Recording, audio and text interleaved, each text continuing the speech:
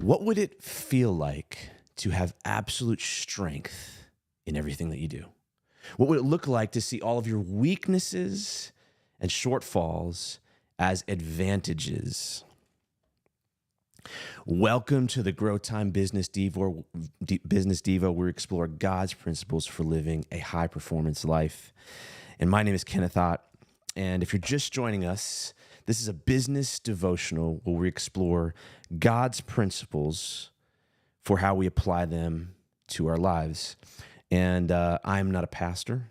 I'm not a theologian. I'm a business owner that really has used the Bible and sees it as a success book. And so this is me just sharing those with my audience, with high performers, with ambitious people, with entrepreneurs. So today we're in 2 Corinthians, and this is a portion of, it's one of Paul's letters to the Corinthians. And if you know anything about Paul, he kind of talks like Dr. Seuss. So he's kind of all over the place, like, oh, the wonderful sounds Mr. Brown can do, et cetera, et cetera. And so anyway, I'm going to try and I'm going to read a passage. We're going to talk about some of the context here, and then I'm going to pull out some things that are some takeaways for our community. I think that if you're a business owner, if you're an entrepreneur, there's some things here that are really, really powerful and really valuable. Paul was a very powerful person. He was a very successful person. He also had a lot of ailments, and we see that in this passage. And it turns out that those things were actually some of the reasons why he was so successful at what he did, right? Why he was so influential, and why he was such a great leader, and especially a leader to the early church. And so I think there's some great leadership principles that we can take away here. So I'm going to start in 2 Corinthians 12 and read verse 6 through verse 10. All right, so verse 6, even if I choose to boast, I would not be a fool, because I would be speaking the truth. But I refrain, so no one will think more of me than is warranted by what I do or say, or because of these surpassingly great revelations. Therefore, in order to keep me from becoming conceited, I was given a thorn in my flesh, a messenger from Satan to torment me. 3 times I pleaded with the Lord to take it away from me, but he said to me, my grace is sufficient for you, for my power is made perfect in your weakness. Therefore, I will boast all the more gladly about my weaknesses, so that Christ's power may rest on me. That is why, for Christ's sake, I delight in weaknesses, in insults, in hardships, in persecutions, in difficulties. For when I am weak, then I am strong. Okay, so this is an interesting passage. We learn a couple things about Paul here. All right, the first thing is that he refers to the fact that he was boasting. All right, and most people will see boasting as bad. But he refers to the fact that he was boasting. And then he talks about this idea of a thorn that was given to him by Satan. And how he asked God to take it away from him, but God didn't take it away from him. And it actually became one of the things that showed how powerful God was through his life, because essentially he still operated at an excellent level, even with the thorn. And so that's sort of the context here. So the first takeaway, if you've listened to this podcast at all, you've heard me use the phrase, own your greatness. Okay? And owning your greatness is knowing who you are and whose you are. It's not having a giant ego, but it's also not minimizing yourself below what God called you to be, below who God called you to be. And so owning your greatness is something you might hear me say often. The first takeaway here is that Paul owned his greatness. And owning your greatness isn't bad.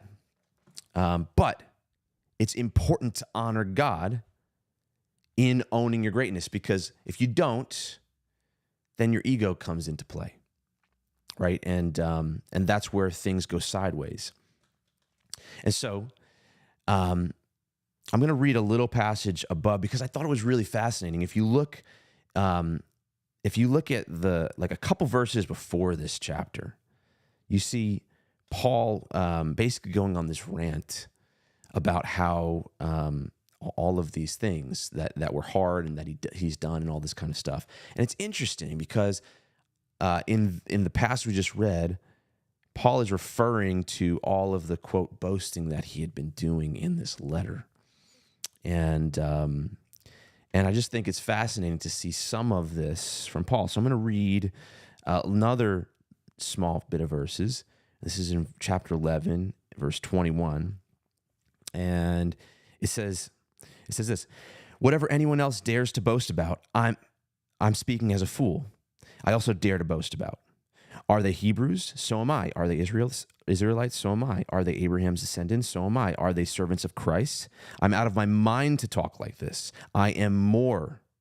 I have worked much harder, been in prison more frequently, been flogged more severely, and have been exposed to death again and again. 5 times I received from the Jews the 40 lashes minus 1. 3 times I was beaten with rods. Once I was pelted with stones. 3 times I was shipwrecked. I spent a night and a day in the open sea.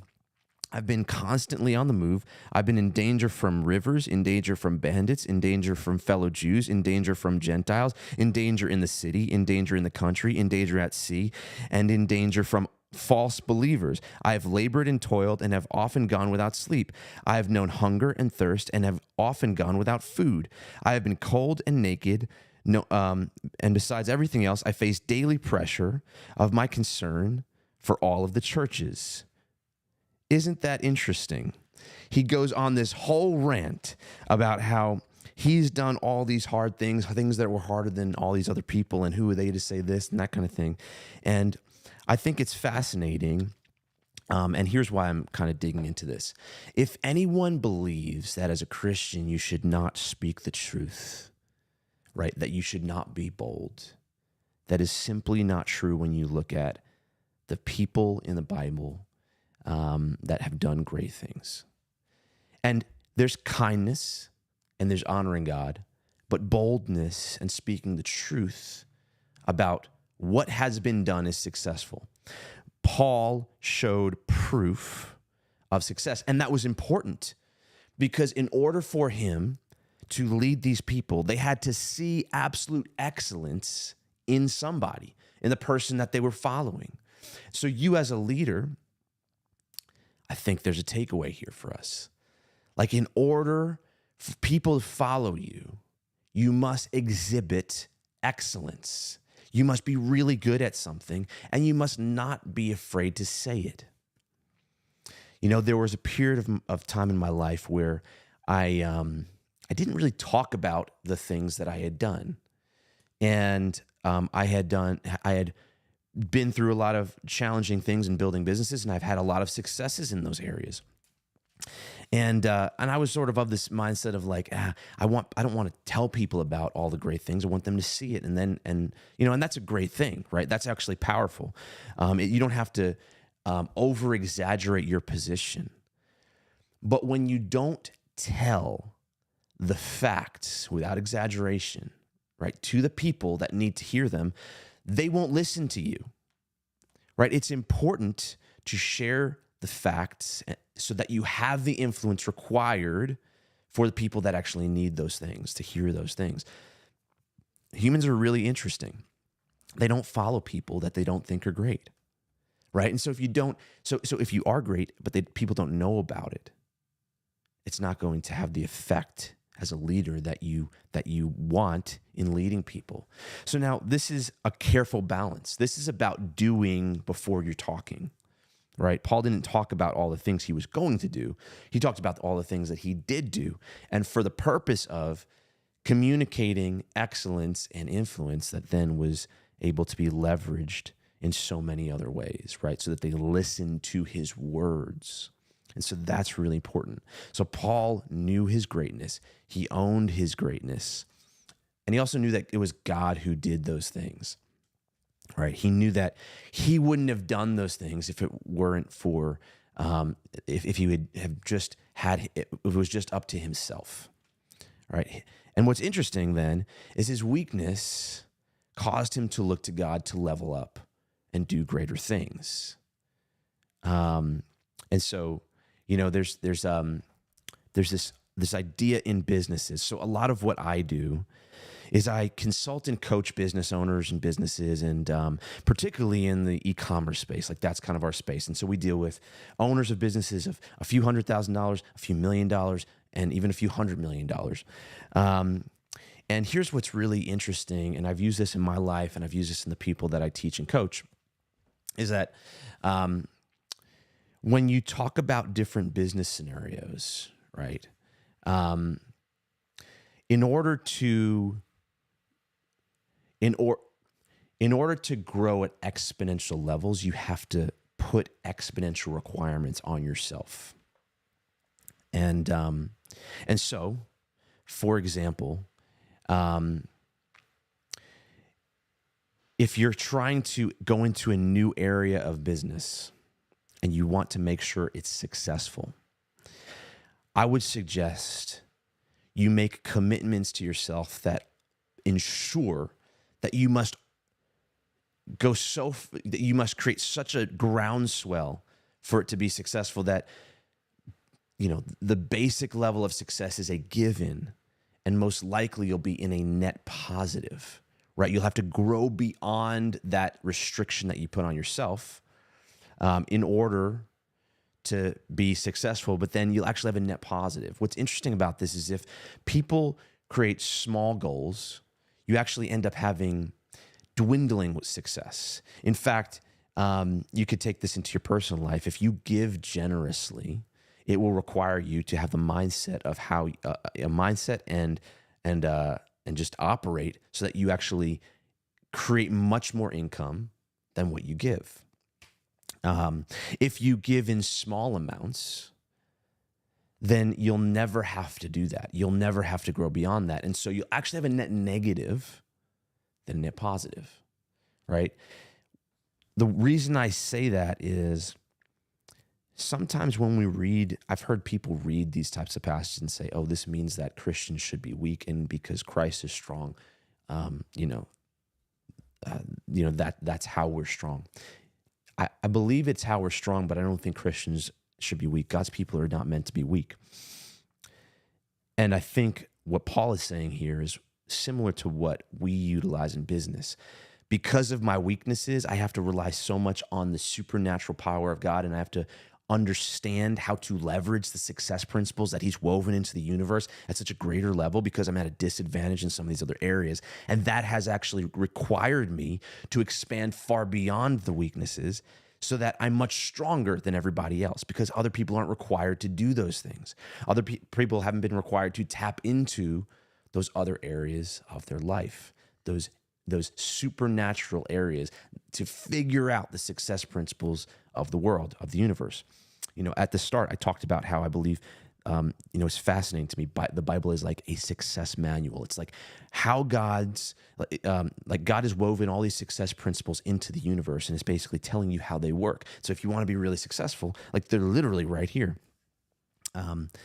What's fascinating is I would have never found that if I didn't have weaknesses in some areas that required me to look for that. Right now, I've been able to leverage that to far greater than if I had had the strengths in of myself to where I could do certain things myself. Right? This might be for you. This was for me. This might be that you didn't have money growing up, or you didn't have certain things that allowed you to, have a safety net or create absolute certainty in your first business endeavor or whatever it is that you're pursuing. Maybe you don't have that right now. I would say that's probably a good thing, because that's a weakness that requires you to expand beyond that, to figure out how to not only fill that void, but fill beyond that void. And people that have that thing will never figure that secret out. So I believe that's what it means to when Paul says, when I'm weak, I'm strong. And so that's the first takeaway. Own your greatness. Paul owned his greatness. The second thing I have for us, and I thought this is an interesting observation, he talks about this idea of a thorn. okay? And what's fascinating is this is kind of what I was just saying a second ago. It's, and by the way, no one really knows what Paul's thorn was. He never explains it. Some people think it could have been a sight impairment or something wrong with his eyes. But whatever it was something that was hampering him. It was painful. He wanted to get rid of it. And what's really fascinating when you read this area, he says, therefore, in order to keep me from becoming conceited, I was given a thorn in my flesh, a messenger from Satan to torment me. In order to keep me from coming conceited. Isn't that's fascinating that he was that self-aware, that he was like, look, I see I'm doing all these great things, with God, but I'm doing them. And I could see in myself that I could become conceited and my ego could overtake me. And that would be my downfall. That would be much worse, right, than anything I can imagine, because it has to do with your soul, right? And so what's fascinating is he was aware that this thorn was given to him to counteract his ego, or the potential for his ego to get out of control. And it just had me thinking, like, it's funny, we thank God for the roses, but we often don't thank God for the thorns, right? We often are thanking God for all the good things in our lives. I mean, maybe you are, maybe you aren't. That's typically the case with me. But we aren't always thankful for the thorns, the weaknesses, the challenges, maybe the ailments. And is it possible that the thorns are part of your gift, like part of the success opportunity?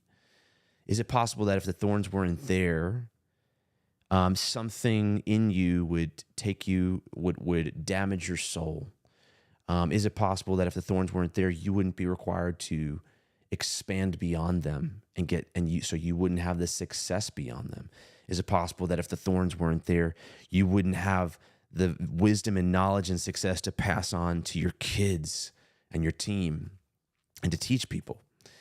I think it's just interesting to me the way Paul talks about his thorn. And so I just kind of was thinking, like, what is good about thorns? What are some good things about thorns? I just jotted some things down, right? So number one, it's where we learn valuable lessons. Like when we have challenges, when we have really, really hard things, it's where we learn valuable lessons. And I say valuable because that's really important, like the valuable part of it.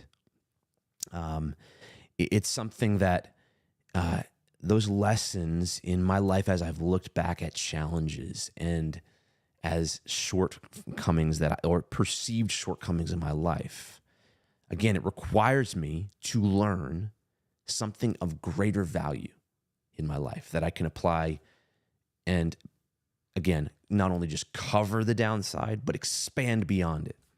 That's the first thing. Thorns are also where we grow. So it's like super cliche in the personal development space to be like, oh, challenges are really good. It's where you grow through challenges. But the truth is like the challenges are where you grow. They are, you simply will not improve without challenges. I've talked a lot before about how I coached some soccer teams, right? And a few of them have won championships. And these, Little League, they're teams for my kids. And what's interesting about it is a championship team must go through challenges to become the team that wins the championship. And if you're their coach of these kids, like, you put them in challenging situations that are uncomfortable, that they would rather not do, so that they develop certain skills that then are required or what will allow them to become a championship team, to win all the games. The easy thing would be to not handle those challenges, not go through them, not grow through them. That would be the easy thing, right? But then it's hard later, right? You don't get the thing that you want later. If you do the hard thing now, you get the easy thing later, the thing that you want later.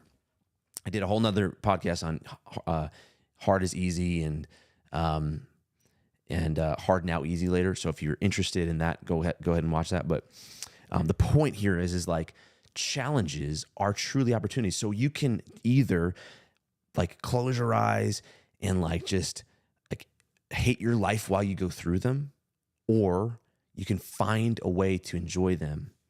It's fascinating when you look at winners, right? Like great winners. You see something in common. They value the process of winning, not just the winning. All right. And so they value the process of winning. That means all the painful things that most people wouldn't want to do, they do, right? They not only do, but they enjoy. They figure out how to trick their brain to value those things, to shift from like just hunkering down and dealing with them, right? Just enduring through them. They shift from that into actually valuing them, actually enjoying them. If you can enjoy the hard things, man, like that's the secret to winning, right? And so when it comes to thorns, like thorns are where we grow. Thorns keep us humble so that we don't get caught up in our pride and our ego, which could be our downfall, right? Which would be much worse than not having success because it has to do with our soul. And so when you're talking about entrepreneurs, right, which is our audience, it's very possible that your ego could get out of control. And by the way, most entrepreneurs have an ego, and that is not a bad thing. Like, it's part of what makes you want to get out there and get in front of people, and it's part of your drive. There's two sides of every coin. There can be a negative side of it and a positive side of it. But if you're not careful, for our community, if you're highly ambitious, right, you must stay humble. You must keep that ego in check. And so thorns help to keep us humble. The last thing about thorns is it keeps us aware of our reliance on God and our role in the balance of how we work with God, so that we don't trick ourselves into thinking that it's all about us, right? And so that we can also accomplish great things. So what do I mean here?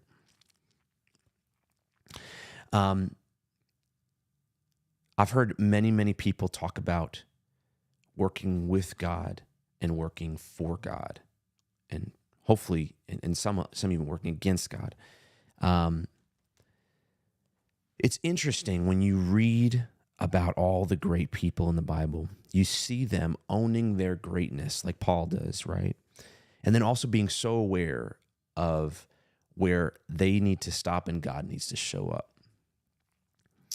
And if you lose that awareness, you may develop some success based on just the skills that you have, but you probably will forfeit the massive success that you can get if you are aware that God needs to show up for certain things, and you're aware that you can actually do greater things if you tapped into a greater resource, like if you leveraged a greater resource. And thorns, I think, make us aware of that, right? When we look at situations and we're like, man, like for this to happen, like God has to show up here, and he actually has to, like, I'm going to do everything I can. I'm going to leverage all of the skills and intelligence and wisdom and all the things that I've been given. But like for this to really go the way I believe it should go, God's going to have to show up here. I've been in many business endeavors where that was the case, right? Where I felt like missionally, like this is where we're supposed to go. And I can see it. I can see the path. I know that it's wise. Like we get all the mentorship advice, all these kind of things, and we pursue it. But the truth is for it to work out, right? And to work out the way I see it in my mind, like God has to show up and he actually has to do something. I'm working on a business deal right now that once it's done, I'll share with you. I've kind of like hinted at it over the course of the last few business devos, but it's fascinating to me because it's a big deal. And I don't want it. It's got a lot of opportunity, but I don't want it if God's not in it, because it could either be a massive opportunity and blessing, or it could be a massive pain, right? It could be a massive curse if it's the wrong thing. It could be a massive win if it's the right thing. And so I see it as an opportunity, and I just started praying about it and assessing it and like going into diligence about it, and things started to happen. I was just praying that doors would close if it wasn't right. I wasn't praying for God to like come down and like write on the wall and say, "Hey, go ahead and do this, Ken." No.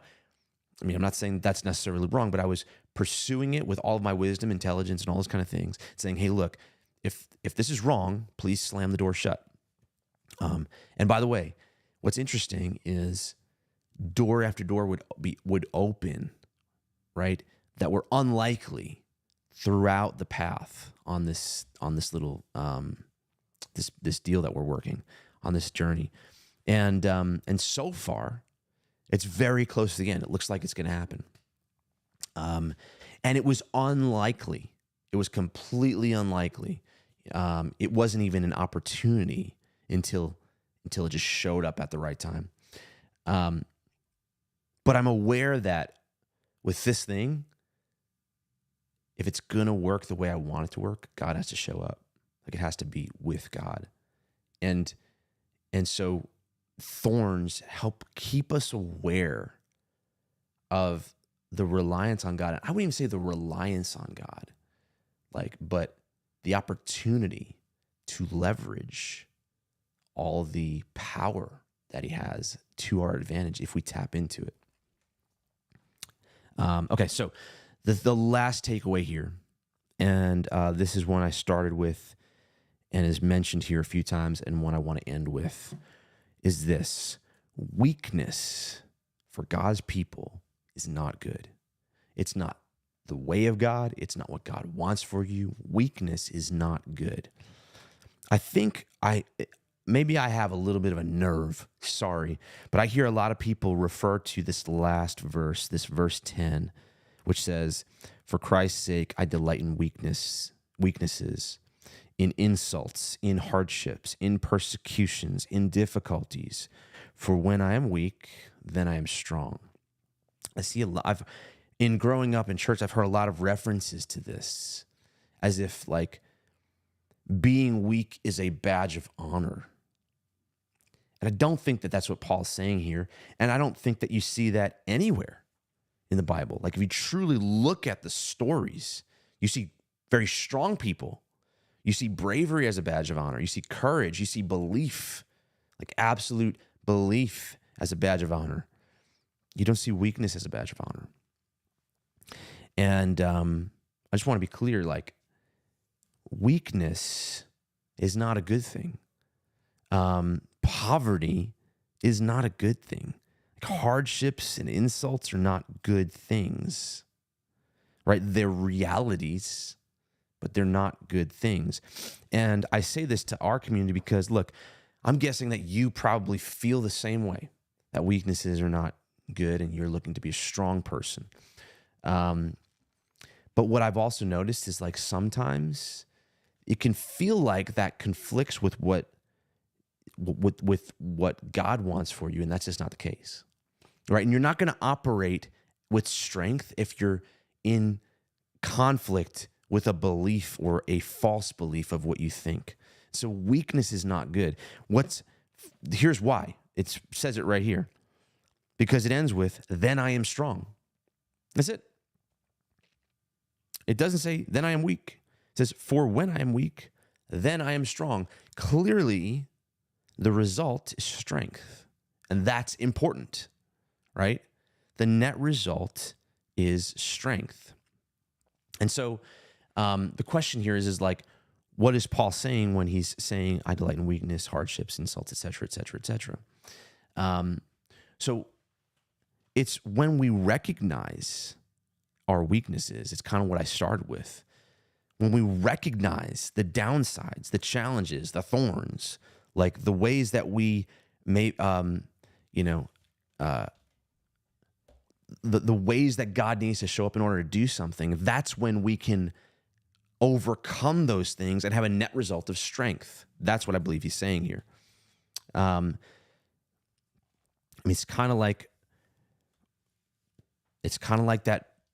that business strategy where, like, look, when you've got a downside that you have to cover, you should overcome it and have a net positive result, right?